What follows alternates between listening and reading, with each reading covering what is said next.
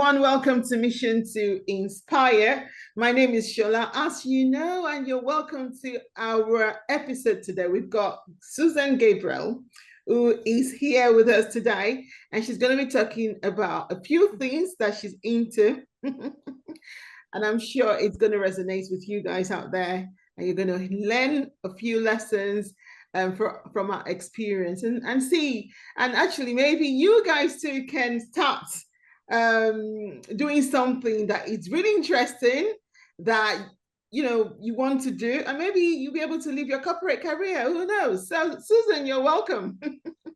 Hi. Yes, it's been a real ride. That's true. That's true. So Susan was into business development, but now she's an author, she's a poet, she's an entrepreneur. Oh wow, she's going to be talking about all of that and how she's transited from being from working in the corporate world into being an entrepreneur and doing all this on her own. And she's got a very great team behind her as well. So Susan, I've just done a very little intro for you there, but I know Yeah, there's much more that you want us to know about you before we go into today's topic. yeah. It all kind of started with my book, which I started writing in about 2019. I wrote the book because someone dared me and said they didn't think I could finish it, because I started it actually 30 years ago. And through a series of very unusual quirks of fate, I ended up writing it and finishing the book in 2020. The book is a story about something that happened to me about 35 years ago, when my daughter, who was 8 years old at the time, was taken away from social services. They came and took her, and they took her because they had said my husband molested her. Well, it ended up that that was a false accusation. And what they had accused him of was tickling her like on the knee. And so they were calling that molestation and sexual. And yeah, and they ended up charging him with a felony. Really? Yeah, because what they wanted, we didn't give them. What they wanted was they wanted us to admit to guilt, and to then allow them then to supervise our life, because then you become part of the state, and they get money for how many people they have in their system. But we were very firm in our conviction of not to go along with what they wanted, because we knew that we were right and they were wrong, and it would be wrong for us to to do that. What they did was they said that if I didn't kick my husband out of the house, that I would not get my child back. Oh my God. Yeah. So it was a really serious accusation. And although, again, what they accused him of was tickling. So it was a very bizarre to me. And we fought it. We kept fighting it. I got so depressed and distraught. At one point, I tried to kill myself. Oh my God. Wow. So yeah, it was a very, very troubling, distressing, awful situation. And I was a Christian, and I believed in God, but I felt like he had left me, that he wasn't there. And I finally said, God, if you want me to live, you're going to have to do something. And by a miracle, he saved me, and I did not die. So, but I had to continue going through the system until my husband went on trial. He was charged with a felony, and that carried a penalty of up to 16 years in prison. Wow. So you can see why we did not want a cave. They offered him finally a plea bargain, but he wouldn't take that either because he said he wanted to prove that he was innocent. And yeah, so the judge was really angry about that because it was a really good plea bargain and he wanted to get the case settled out of court. So he made us go to his former law partner and get a second opinion about the situation. He thought his law partner would convince Clark to take the plea bargain. Right. So we went, and then the law partner wrote a report about it, and he said, I do not believe Mr. Gabriel should take this plea bargain. And in fact, I believe that after this is over and he is found innocent, that he should sue the Department of Social Services and the prosecutor's office and anyone else involved. Right. I mean, it was just amazing. He said, I have 7 reasons why I have come to this conclusion. And then he went down the 7 points as to why he believed that Clark was innocent and should not take the plea bargain. Yeah. Yeah. But so we thought, great, now they're going to drop the charges once they see this report. But no, they didn't drop them. They kept on going. So we actually had to go to trial. And yeah, we had a jury trial. They presented their evidence. We showed how what they said happened couldn't have happened. Yeah. Because it was a logistic impossibility. Just we were lucky that they came up with a kind of convoluted story that just didn't hold water. And so he was found not guilty. Oh, that's great. Yeah. And so afterwards, the jurors came up to us and hugged us, and I had tears in my eyes, and they did too. And they said they were so sorry that we had to go through all of this. So they were very sympathetic.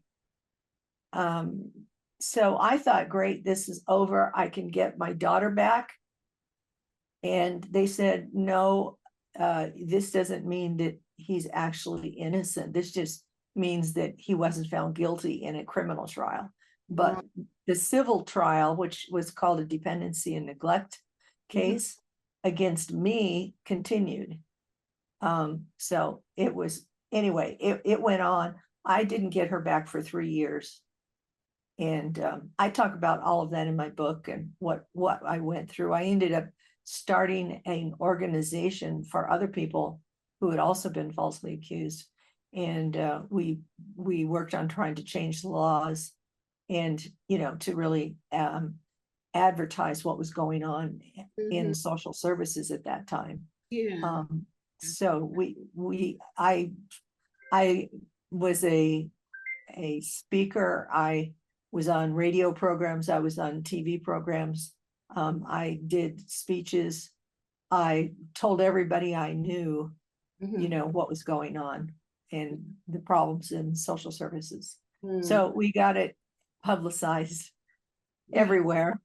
And we ended up changing the laws. We were put on a task force to change the laws in the state.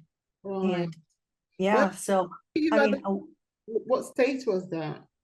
it was Colorado. Oh, right. Okay. Yeah, and I live in Texas now. But it gave me an experience, a lot of experience. I'm a very shy person. Right. So for me to get out and step out in front like that and speak on TV and speak on radio programs and it's just, was difficult. Yeah. So, but I found I could do it. Wow. Oh my God. Oh my God. What a story. So that is in your book, which is titled Right. Wheels of Injustice. Yeah, let me put it up here. Yeah, there. Oh. Yeah, Wheels of Injustice, Saving My Child from the Child Savers. Oh my goodness me. What a story. What a story. Wow. Thank you so much for sharing that. Yeah. And that took you how many years to write? Well, it was 30 some years, like 32 years. Yes. When I started writing it, and I was going to write it. And I got to the point where they took my daughter away. Yeah. They took her, Mhm. and then I couldn't write anymore because it was so painful. So I kept trying, but I couldn't do it. So I just put everything away in a box, all of the court documents, all of the psychologist reports, Mhm. the detectives reports. We had all kinds of, we had a whole entire box full Yeah. of reports, Mhm. and I just put them in a box in the garage. And so, so 30 years later, I Yeah. accidentally stumbled on that box, even Mhm. though we had moved several times. 30 Um, and later. we live in Texas, so it was a miracle that we still had that. Mm. So that it was a sign from God, in my opinion, to Yeah. get the book finished. Yeah. So, But just so people out there need to hear this story. There are people out there still going through the same that you went through, and yeah, they need to know what to do um, to come out of that situation. So yeah, yeah. yeah. Oh my God! Thank you so much for sharing your children's series book, um, which is "Button Goes to School." Is that Uh-huh. yeah? Um, Yeah. you see that it's gained widespread acclaim over so many states in the US. What motivated you to actually start the children's literature? Uh-huh. Well, here's what happened. I love to write poetry.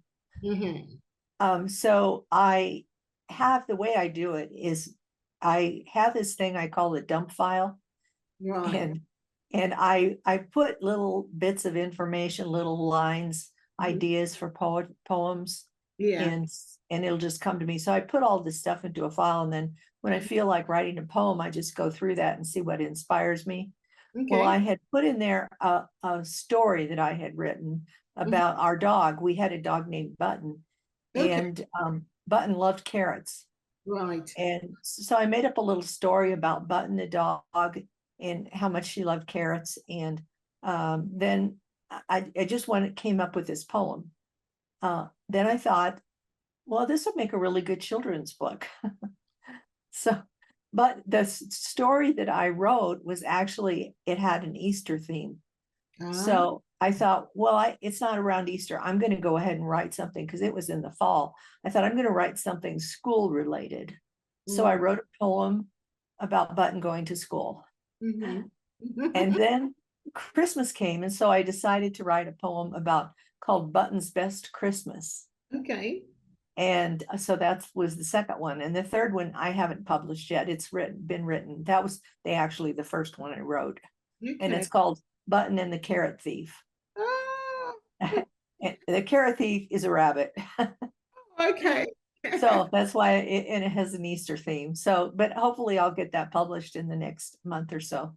Yo. But I've just gotten so sidetracked because I've got so much other stuff to do. We've published, my publishing company, and I did the publishing company, because when I was looking for um, illustrators to illustrate my book, I met a whole bunch of illustrators, and they were really interested in working on my book. And then I met someone who had a children's book, and they wanted to get it published. So Right. I thought, well, I know a whole bunch about publishing books because I did my own. And in Right. fact, I actually did it 3 times because I wasn't happy with it the first 2 times. So I rewrote the book, and now this book that I have here with the brown cover is the third book I wrote. Wow. So it's the good one. And so, but that really taught me a lot about publishing. Mhm. And I've got an audiobook and a large print book, and ebook, and a paperback. So I did it in all formats. And I met these artists, Yeah. and I had this new project and someone's children's book. Yeah. And I just got started in publishing. And now we have published 20 books, Mhm. some of them children's books. We've published some Christian books, Mhm. um, and it's in poetry. We've done a couple poetry books, Yeah. and it's been so much fun. I look back on my life, and Yeah. I see how everything that I've done up until now has given me the experience to be able to do what I'm doing now. And Mhm. it's kind of led to it because I've always loved books. I loved books since I was a child. Right. And I always begged my parents to take me to the library, and I was always reading a book.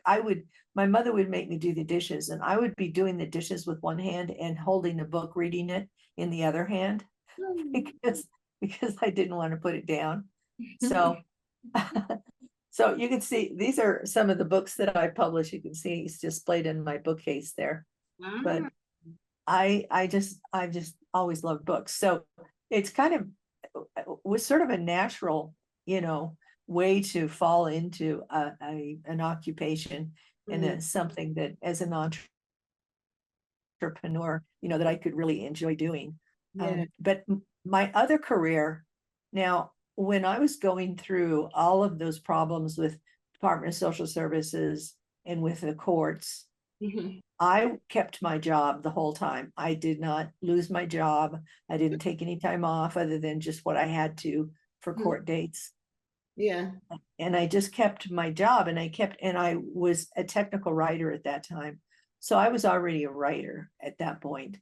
Okay. And and I've been a writer in my career, a writer, a manager, an editor, and Mhm. worked on mostly proposals for Right. my, you know, entire life, really, Okay. until a couple of years ago when I decided to award myself with it was actually right in front of my birthday. So I gave myself a birthday present, quitting my corporate career and doing publishing books full time. Wow. Okay. Okay. That is really interesting. And actually, that is what I wanted to ask you. I wanted to ask you what challenges you faced during the transition of your Mhm. corporate career into your entrepreneurship and being an author. Yeah, there were some challenges. I had to figure out some way to be able to use the illustrators, pay the illustrators that I had found that I really liked. Their artwork was really good. I had to figure out how I could bring them into my team. And it turns out, well, three of them lived in Nigeria. One of them lived in the Philippines. And so, so, you know, how do you go about even paying them? You know, how do you classify them? They're not going to be an employee, regular, you know, W-2 employee. So I had to learn all about how to, you know, how to bring them in as contractors, foreign contractors. I have thank the Lord, I have a wonderful bookkeeper. She's my pastor's wife. And I just happened to notice her. She had a post on Facebook one day saying that she had just finished her education to be an accountant, and she was looking for clients. So it was perfect. So she keeps me in line. She's just been, you know, literally a godsend. Mhm. So that's been great. Now we communicate. The interesting thing is they're being in other countries. Um, of course, the time zone is, you know, change is really quite drastic. Right. But we communicate through almost exclusively through Messenger, Yeah. Facebook Mm. Messenger in chats. Yeah. So we get a lot of work done that way through conversations and chat. Mm. And I give them assignments. They work on them. They come up with their creative ideas for the books that we are publishing. Yeah. Um, and you know, it's just been great. Mhm. I I feel like God is really the head of our company, and he just brings people in Mhm. who want to work for us or work for me once Mhm. they meet me. And Mhm. so the other people are happen to be Christians also. So it's a really wonderful company. It's a wonderful kind of climate, Yeah. wonderful environment, you know, as a cultural thing. amazing because it's so different from being in the normal business world, to be in a climate like this where, we all love each other and care about each other. We pray for each other, and it's just been like having a circle of, there are 10 of them, including my bookkeeper, having a circle of people who are supporting of each other, and the authors. I mean, the authors kind of become part of our group also. So I've created like a chat group for everyone so we can all talk to each other at the same time. and and that's been really great too. But coming up with a lot of new ideas and ways to promote our company, because we're really a very different kind of publishing company. Right.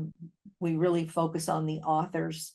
It's a very author centric, rather than making money. We do things to give the author their dream, the book of their dreams. Okay. That's really interesting. That's really, really interesting. So your company is centered around otters, basically. Right. Yes. Well, that's They, I think one of the main differences that people will find is that we allow the authors a huge latitude in how the book turns out. right. What they want in it, what they want the illustrations to look like, how they want the book to be laid out, all different kinds of decisions that need to be made. We, as much as possible, let the author make the decisions. Right. Okay. And a lot of publishing companies don't do that. So We also make sure they get to keep their copyright. We don't take the copyright. We don't take their royalties. them. Okay. Yeah. Yeah. Yeah. Some publishing companies don't charge the authors at all, but they get their share from when it's being published and Right. They take the royalties. Yeah. take the royalties. How do you operate? Yeah. So those publishing companies are traditional. They call it that style traditional. Right. And it's really difficult to get a book published through a traditional publisher. All right. And you have to get an agent. Oh, An agent has to present it. Usually they won't take unsolicited manuscripts. They'll only take manuscripts submitted by an author's agent. So it's a very long process. It can be a very difficult process. A lot of the authors, they don't have any control over the book. We ended up publishing a book from someone who had a traditional contract with a traditional publisher, right. and that publisher did not publish his book, and it was 7 years later, and they still hadn't published his book. Wow. And so I chatted with him, and we figured out a way to go and to talk to them and have them release the contract, so that he would have his copyright back, and then I could publish it. Oh my. So I published it, and it's a really cute little book, Okay. children's book, but it was just, sitting there, that had a couple of illustrations that they had finished, and then they didn't go any further. Wow. So that can happen, because you have no control. And once you take that money that they give you up front, you've sold the book. So if they don't want to publish it, then your book won't ever get published. Wow. Because they now own it. So I think it's it makes authors kind of leery if once they learn about some of the things that have happened to other authors. They find how difficult that is. Then there are services, which is kind of where we fall into, where we are author services. We provide the same kinds of services that an author would pay for if they're going to self-publish. Because if they self-publish, they still need to have an editor, they still need illustrator, they still need, that kind of formatter. They need all of those services done. So we do the services, and that's how we price our services, individually, so people can take which ones they want to take. Okay. Yeah, right. Wow.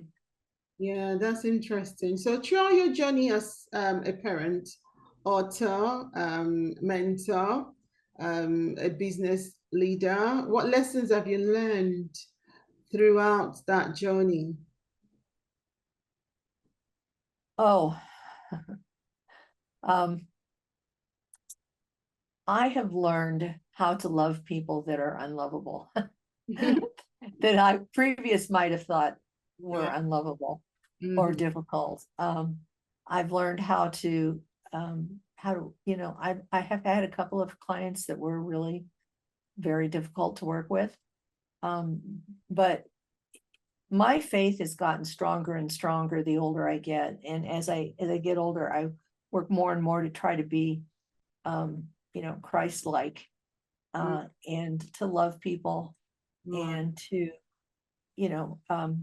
forgive them, exhibit the kind of love that God would give it to them. And so that's really one thing I've learned, is how to basically get along with everyone, but that involves loving them. Once you love someone, once you care about them in the way, once you see really that this is a person that God cares about, God loves this person. And so I will too. Thank you so much for joining us today. Have you got any inspirational advice for people out there that might want to be an author, a writer, a poet, or a business leader or entrepreneur? Yeah. I would say don't be deterred by a failure here and there, because you're going to run up against some events that will make you think that you can't finish it, or that you're not going to be successful. I would say go for it. Keep going, keep pressing forward. Thank you so much. So keep going, keep pressing forward. That's the advice from Susan Gabriel today. If you want to either change your career or you just want to do something that you're passionate about doing. Thank you so much, Susan, for joining us today. Thank you for having me. And until next time, it's Shola and Susan on Mission to Inspire. Don't forget to keep watching, subscribe if you haven't done so, and keep liking our videos and our audios as well. Thank you so much. Before we go, Susan, where can we purchase your book or your series? Yeah, my book is on Amazon, so you can find it there, and it's under my name, Susan. I write under Susan Louise Gabriel. And you can also go to soulsunshine.com. And that's my book is also listed there. That's my publishing company. And it's spelled SOULSONSHINE, sunshine, like, and we did that after the Son of God. So instead of SUN, it's SON. Okay, great. Thank you so much for joining us today. And until next time, it's goodbye. Bye, everyone. Bye. Subscribe if you haven't done so. Like, follow, comment. Until next time. Goodbye.